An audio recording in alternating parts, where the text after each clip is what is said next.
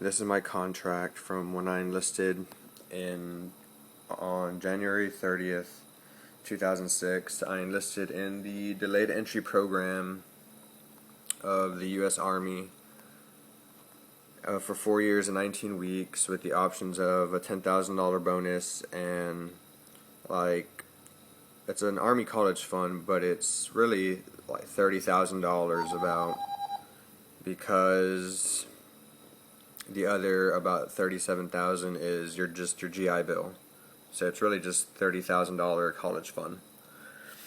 And so this is my Annex A.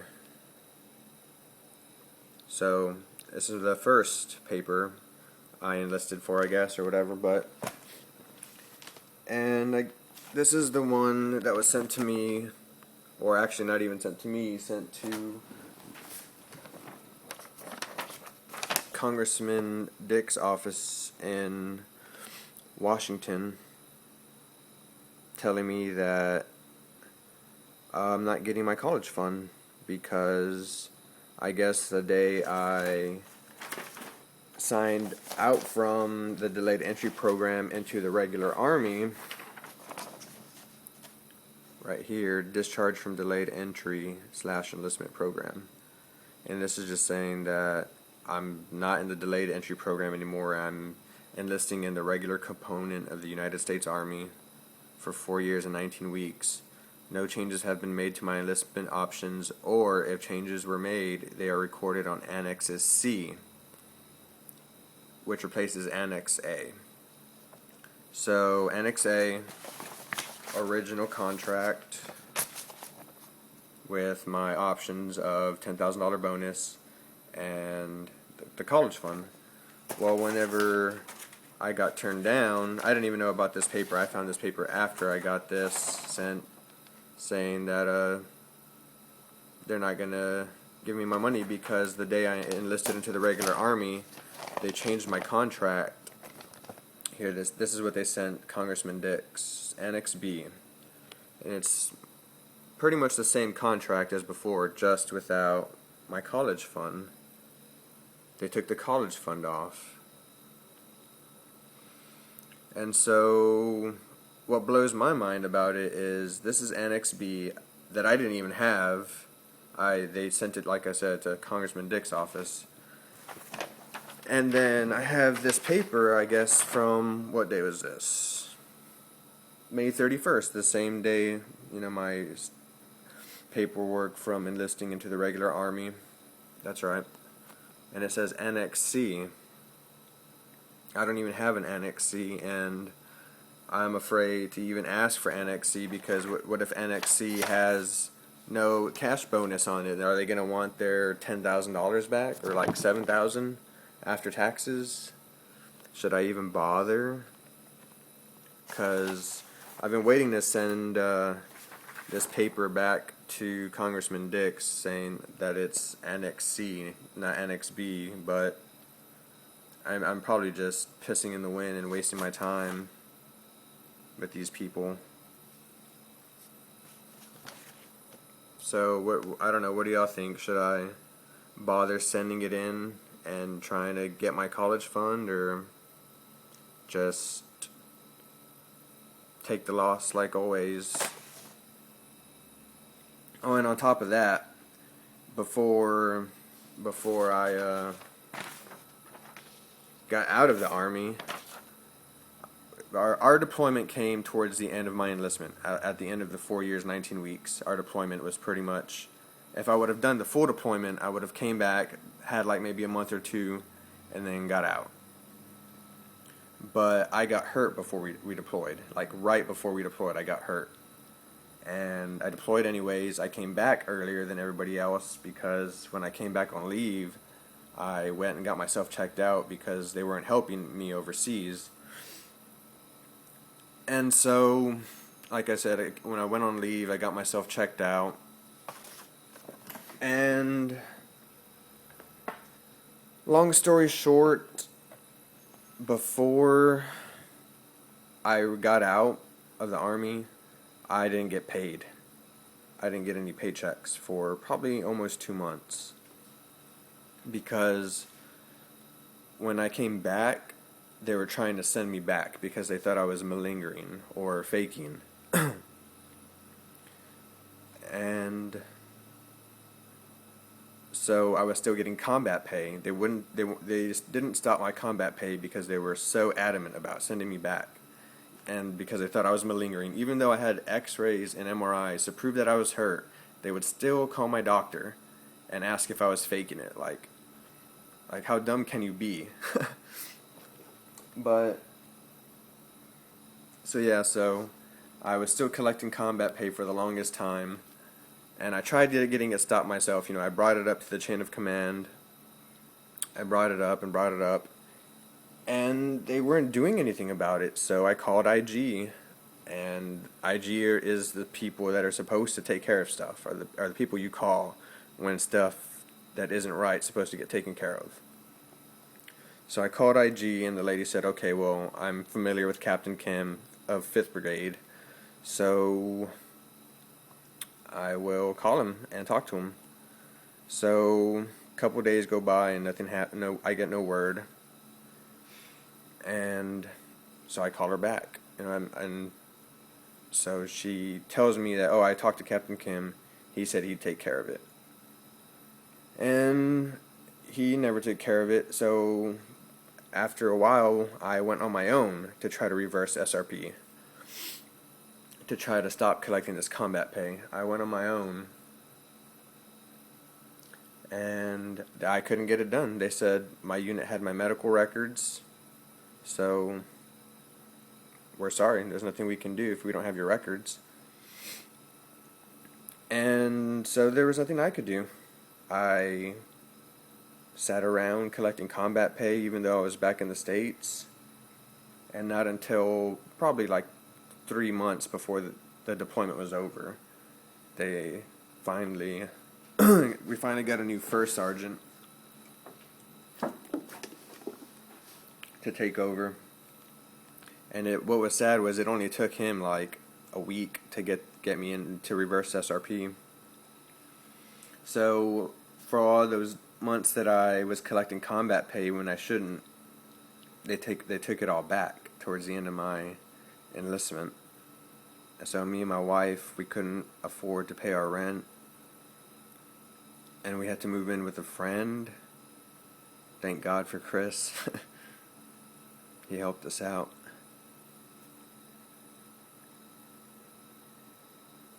And now, and also I could have med boarded. I could have medically discharged from the Army, but I declined it because I'd still be in there probably. It's been over a year since I got out. And I'd probably still be there if I was med boarding. There are still people there on rear detachment that are med boarding that are still there.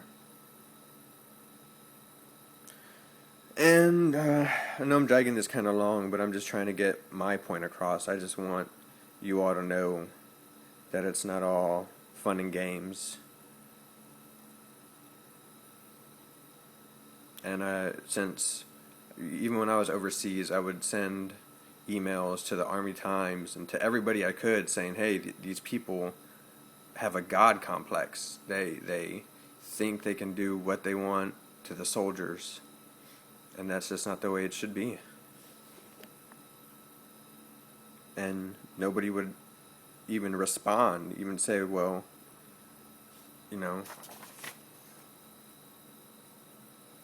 anything, but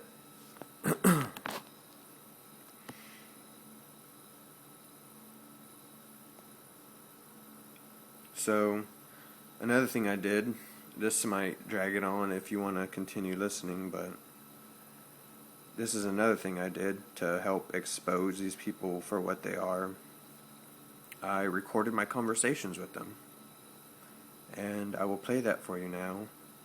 It's 7 minutes long, so if you want to hear the, you just listen. Just listen. I was just told you wanted to talk to my. He has the same number right here. Oh, but I got the number on this one. Okay. What's the number for the guy?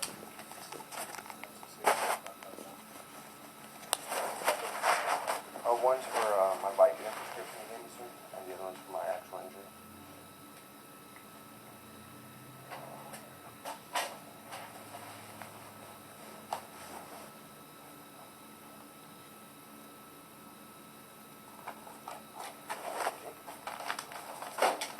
What was the guidance that was given to you when you went on R&R? What's that, sir? What was the guidance given to you when you went on R&R? I don't know, 3 terms. I mean, was there... Did someone make light of... Obviously, this was a situation you brought up in the past, correct? Okay. Did someone talk to you? Did Sergeant Hamill talk to you about this, or did anyone else talk to you about this? Well, a lot of people talked to me about it, sir. And they didn't get you the proper treatment that way, or what's the deal? Pretty much, yeah. And I mean, it's been hurting me since March, and I've been bringing it up a lot, and I came and got it checked out because it was hurting me worse in Afghanistan. And I brought it up over there, and Here's the medics. Okay, here's my issue. Is number one, you were supposed to leave what, last Sunday? I think so. And then you didn't notify, and I know you said that you try to call people out, but you can get it in touch with them on Wednesday or Thursday. Nevertheless, it was after your flight. Yeah, it was the day of my flight out. I called the Dallas-Fort Worth Airport because that's the paper that I got saying, if emergency comes up, call the airport. Okay, so here's my issue. If you knew that this was an issue beforehand, why didn't you call anyone before? Because I didn't know who was rare to anything, and I didn't know there was contact numbers on my leave paper because they told us at the airport. So you imagine you just found out like the day after? No, I talked to Chaplain Silva, okay, and he's the one. I told him, I was like, hey sir, I called the Dallas-Fort Worth Airport and made arrangements. And he was like, okay, well, did you let the rear D know? And I was like, I don't even know who's rear D anything. So he gave me y'all's number, and that's well, that's the first problem y'all. right there, alright? That's the first problem. The second problem is this, so you already got yourself a room in the barracks then? Well, I had to stay somewhere, sir. And it was a transient. He's mad because I got a room in the barracks, really? Like, well, Where did you go back to leave to? Like if he pays for it or something. When did you fly to?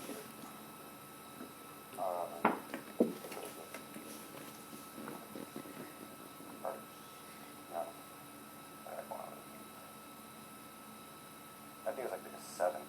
Who did you contact? Okay, so who got you in touch with FSBI? You just know to go to FSBI? I came over here and walked around and I found ESO. I went to a battalion, our old battalion, Right. and there was no paper there, but then I walked by 423s and I saw a paper on there saying that the barracks were moved over here. So I came over here and talked to the people in the barracks and they said, go talk to ESO or something. Or That was ESC. That was one. I'm not sure the day I got here. Okay, so that didn't raise a red flag to you that you should have gotten in touch with someone when you saw that we moved out of that building?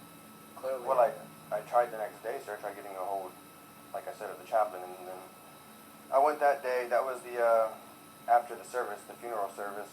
I went that day, and I guess the chaplain split real quick after that. I'm gonna pause it real quick. So what happened was, when I got back from Afghanistan, when I took my leave in Corpus Christi, Texas, because that's where my mom lives. And I went to the naval base there and tried getting my x-rays and MRIs done there, or get them at least seen and get an actual medical professional's opinion on how my shoulder is. And so I went to the local naval base and they said that there's nothing they can do since they didn't take the x-rays or MRIs or whatever. So I had to fly to Washington to get this done. So when I fly to Washington, I have a bag on my back and that's it, and I take a shuttle to Fort Lewis, and then I go to the area I'm familiar with, my old battalion area, and there was nobody there. The barracks were empty and locked, or they weren't locked up, because actually I stayed the night there. The barracks that were empty, I stayed the night there because I didn't know where to go. Well, like I said, I went to the 423 old battalion and saw the paper there, but I wasn't sure where to go. I mean, I went over there and walked around, but it was already late, and I wasn't sure which buildings they were for sure because it looked pretty empty at the time. So I stayed in the barracks I was familiar with, even though they were empty. And then the next day, I walked around some more, and it wasn't as late, so there was people around. And that's when I found my way and found out where to go and who to talk to get a room in the actual Rear D barracks. So let's continue. Because it's pretty much right after, and then the next day. The EOC desk, right? The one next door? Went up and talked to them? Yeah. So why don't you just ask them for, hey, who's 117 Rear Detachment? They have a work roster, just like all EOC staff, I guess. Could have just been like, hey, I'm one R&R, who's the Rear Detachment commander for 117? And wherever they looked it up real quick and told you. Well, I just didn't think You could even like that. call. Alright, well, here's the bottom line. Profile, I'm telling you right now, this is not permanent. Yeah, I know it's a temporary profile. So. And well, I'm telling you, I'm going to call your doctor up and see what the deal is, what's going on here. Okay. Alright? My intention is still to deploy you. That's my intent. Even if I'm hurt? Even if you're hurt. Okay? Because I think a lot of what you're telling me is bullshit, to be honest. Okay? Maybe your injuries aren't, okay? But I think it's bullshit, and I think your food is bullshit that you could come back on Sunday and not notify anyone till now, or till late after the fact. Well, my flight got in late, sir, and they told me that they weren't even sure if they were going to get me a room because they didn't know if FSBI went that late to the barracks or any of that. So, and like I said, I went the next day. Well, I'll talk over with your doctor, but you need to be prepared to deploy. Okay. That's bottom line. If we get you treatment downrange, then we'll get you treatment downrange. Get me treatment downrange. You couldn't even get sneer pills to the fob. Y'all are worthless. Took every ounce of restraint to not flip out when talking to these people. Get around where? Because my wife His wife's flying in because he's not here. If you want to call them that. His wife's flying in, so he wants to get a rental car and they'll pick her up. Where's she coming in from? Texas. Who do we have available to escort? They're all out clean up until 16. What time is your wife coming in? Well, she's already here. She's with another, with another wife. And where's she at? Well, they went home, but To where? that's in Tacoma. I thought you said she was flying in. You had to pick her up. That's why you were trying to get out of here earlier when I told you not to wait for Captain King. Yeah, well, then I tried, but then I had the appointment. Alright, pausing again real quick. After all that, I asked if I could leave early so I can go get my wife or something from the airport. Oh no, because I just said she was already, I guess not from the airport, just to go get a vehicle, I guess, because my truck was in Texas, because I drove my truck, or she drove my truck down before I deployed, because, like I said, I didn't even know I was deploying until the day I deployed.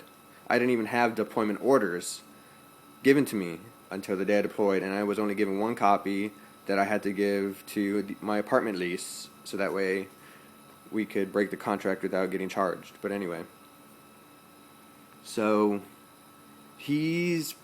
I don't know if he's told me yet, but he's about to tell me that they're going to escort me to and from my wife.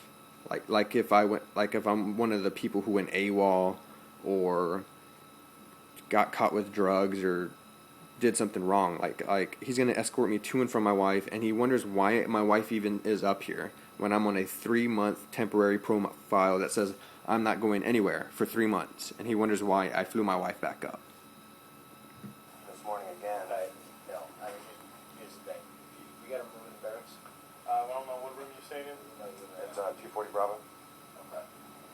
That's not hard to remember. Alright, if you need a ride, we'll provide that for you to help you get around to your wife. Alright? That's pretty much it. If we need to, Well, how old is she? Is she about 21? Yeah. So she can rent her own vehicle. Yeah. But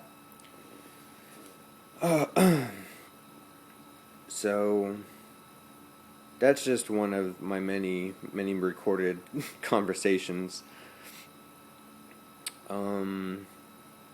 Yeah, I mean,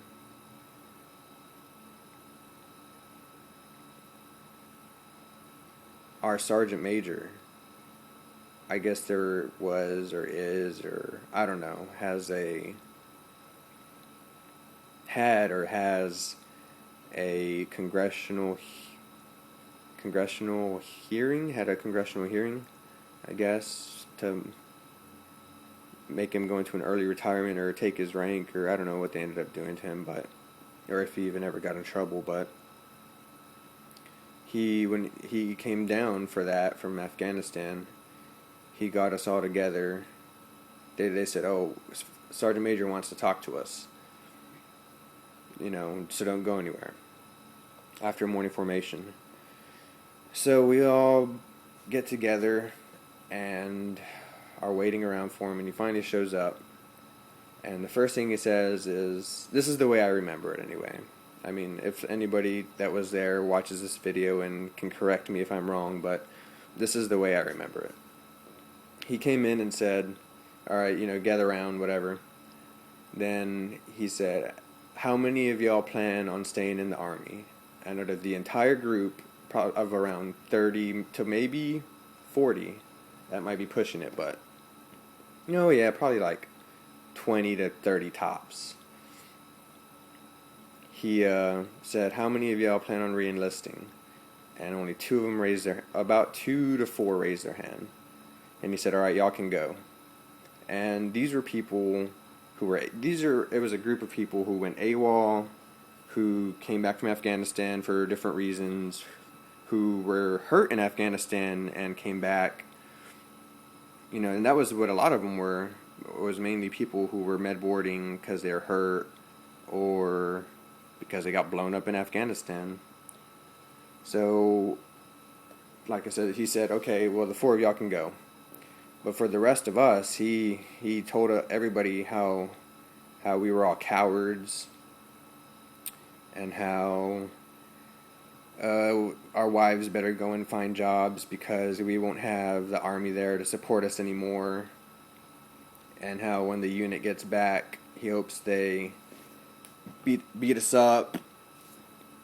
And what else did he say? Called us cowards. That was the biggest one. The most shocking to me. How can you call people who get blown up in Afghanistan cowards? And what else did he say? Our wives better find jobs. Damn it.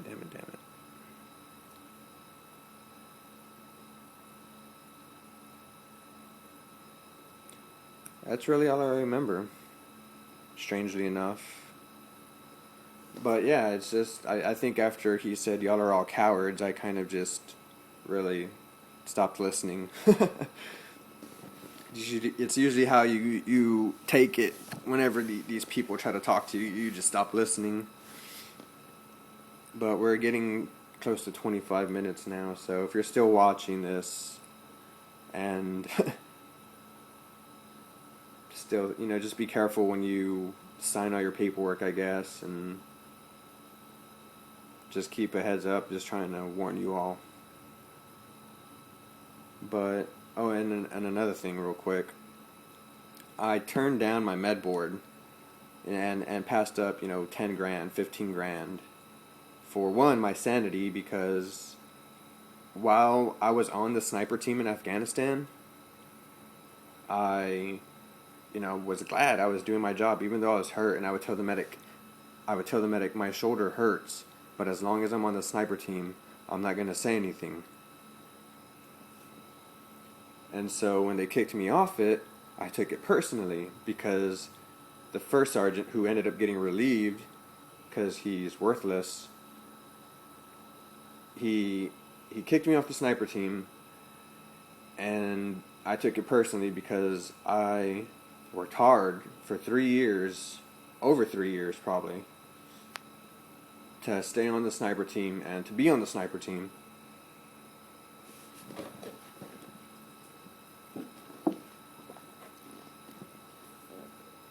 And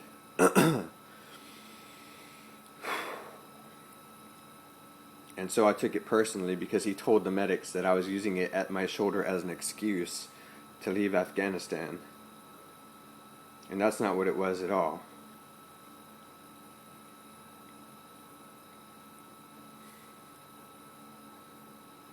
Oh, and what he told the medics was they were suspect of my soldiering. He had only been our first sergeant for like a year, maybe. he had not even seen a third or a quarter of the things I had done for that company, for the things we had done for that company, and then for him to come in and treat us the way he did. I hope they forced him into an early retirement too.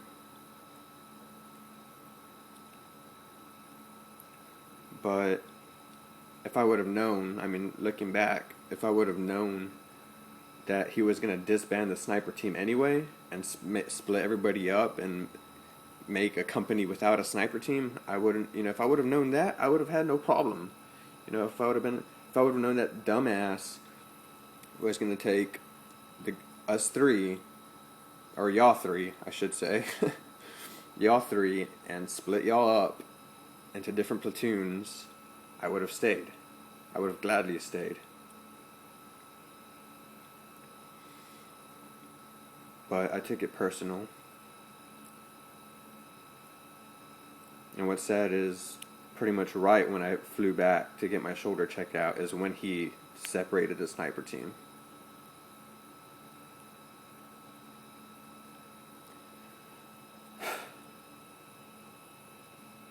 And there's one more thing.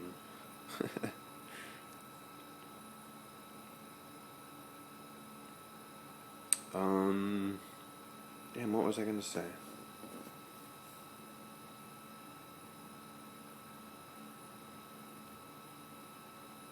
Yeah, so I turned down the money for the med board because I was like, oh, I'm going to get my college fund because under the new GI Bill, the new 9/11, post 9/11 or whatever, GI Bill, you, if you had the college fund, you get a lump sum. So I was like, well, 10 grand, yeah, it'd be nice to have an extra 10 grand, but if I'm going to get 25 grand for my college fund and save myself my sanity from having to deal with these people for who knows how long with the med board process, it's worth it to me, 10 grand, I'd gladly give up 10 grand. I'd give up 20 grand to not have to deal with these incompetent fools. So it's just been a real rough transition with the fact that I didn't get paid before I got out. I passed up my being med boarded out and like a couple grand, 10 grand. I passed that up because I was supposed to get 25 grand because all the paperwork and out processing I was doing, the advisors at the Ed Center were like, oh yeah, you're going to get a lump sum. We see it right here under contract. You're going to get a lump sum.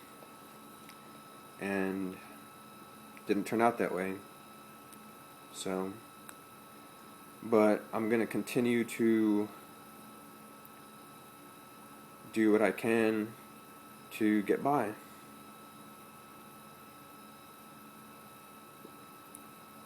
So, thanks for listening. I really appreciate it.